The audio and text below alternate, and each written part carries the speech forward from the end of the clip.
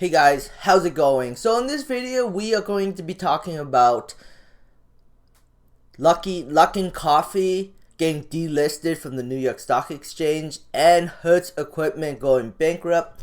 Hertz rental going bankrupt because there was recent news on Friday, and I want to share with you. First, I'm gonna share with you a video that Senate passed a bill that could delist Chinese companies from American Stock Exchange. I'll share a little bit of what he has to say, and then I have another video to share with you guys, and then I'll give you my thoughts.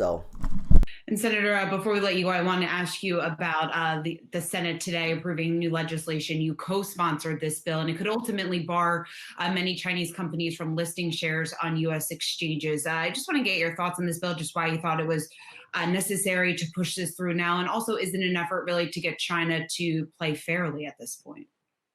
Well, it is, and this is something that Senator John Kerry and I were pushing for a very long time, over the last year, and it's designed to protect American investors, mostly mom and pop investors, and we just want Chinese companies to play by the same rules as everybody else. Right now, to be on the exchange, you have to open your books to an inspection by the Public Company Accounting Oversight Board, PCAOB. China has refused to allow its companies to be scrutinized the way companies around the rest of the world are scrutinized.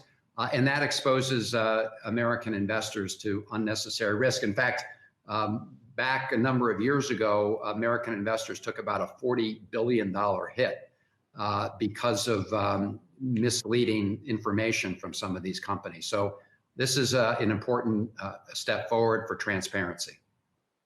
Senator Chris Van. What are the senators in the US hoping to achieve with this bill? Well, they want to inject some more transparency, they say, and create a level playing field. This is a bipartisan bill that, if signed into law, would require companies to certify that they are not under the control of a foreign government. If they can't prove that, and if an audit can't make a determination, then the company could ultimately be banned from U.S. exchanges. So potentially, it could impact the likes of Alibaba, Baidu, and other Chinese companies listed in the U.S. with ADRs, of course. So yes, it's about injecting transparency. It's likely that the House is going to start discussing this bill, one of a number, of course, of bills that have been introduced just in the last few weeks and months to kind of punish China on everything from the handling of the virus to human rights issues. We had that Xinjiang bill as well. Now, in terms of the pressure from the U.S., the broader pressure from the U.S. on China, we had another broadside from President Trump in terms of China's handling of the virus, saying that it was the incompetence of China, this was in a tweet, that has caused mass worldwide killing. That is from President Trump. And then, of course, we've got this ongoing tension, escalating tension over Taiwan and the outreach from U.S. officials, including the Secretary of State, Mike Pompeo, who sent a message to Taiwan's President Tsai Ing-wen on the starting of her second term. And you had Chinese military officials here and ministers saying, look, this is a very dangerous move from the U.S. side. So these tensions continue to escalate. But the latest, of course, is this Senate move to try and edge towards a process where they could delist some of these Chinese companies. So what's Beijing saying to all of this?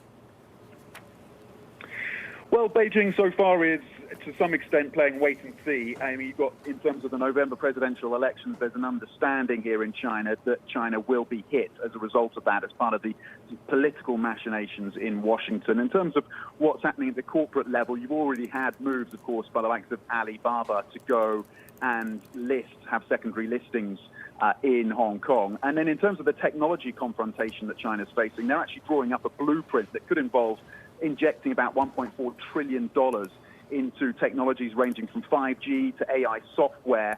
And it could benefit companies like Huawei and Alibaba and SenseTime. They're being enlisted in this effort at the expense, potentially, of foreign companies as well, as part of this blueprint.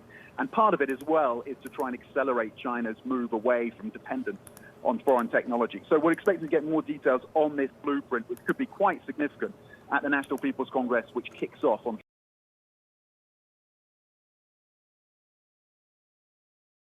So, I went a little too far on this video. I should have just ended it a while back.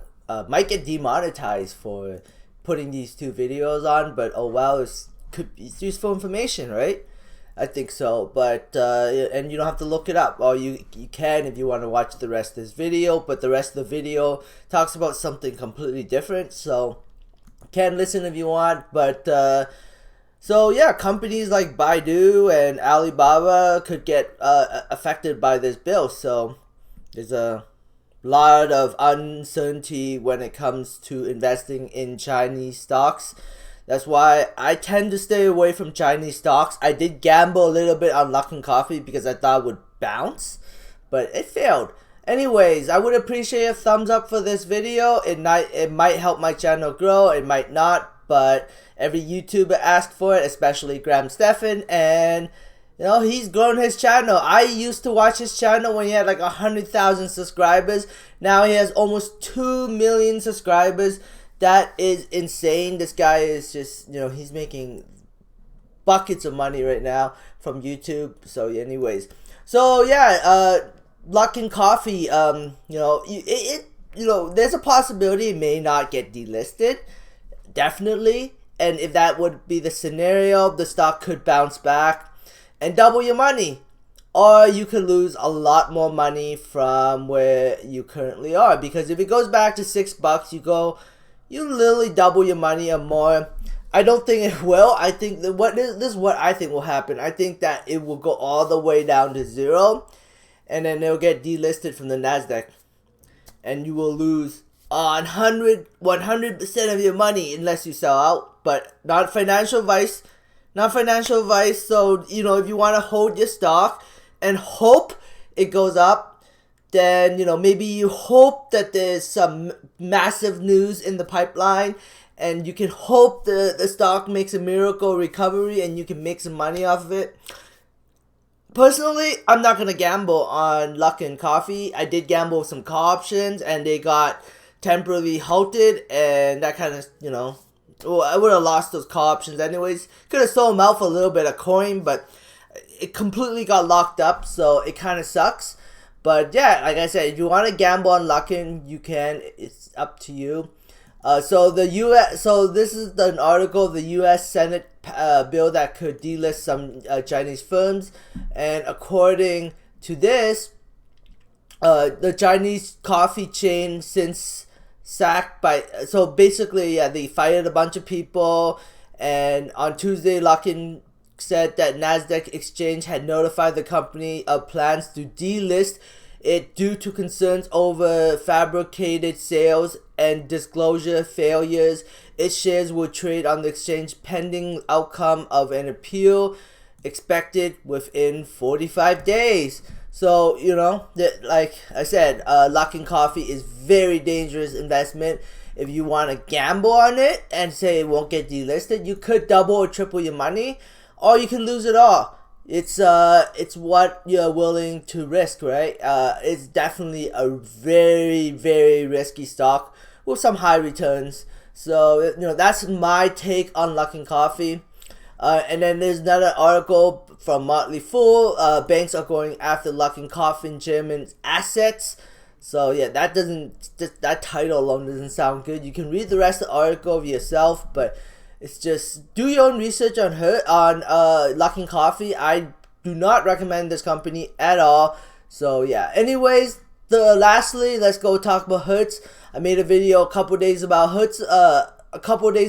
Hertz, that they were getting a new CEO and they were getting more debt and they were preventing the company from going bankrupt.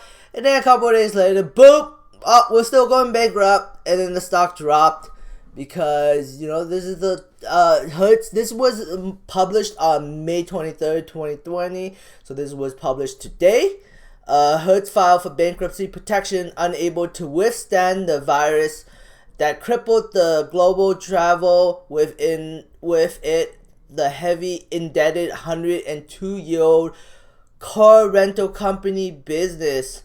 So by the end of March, Hertz Global had racked up more than $24 billion of debt, according to the bankruptcy filing, with only $1 billion of available cash. So this company is still shutting down for some reason. Maybe they're just looking at the finances and like, this thing is impossible to recover. So the banks are going to take a hit for this bankruptcy.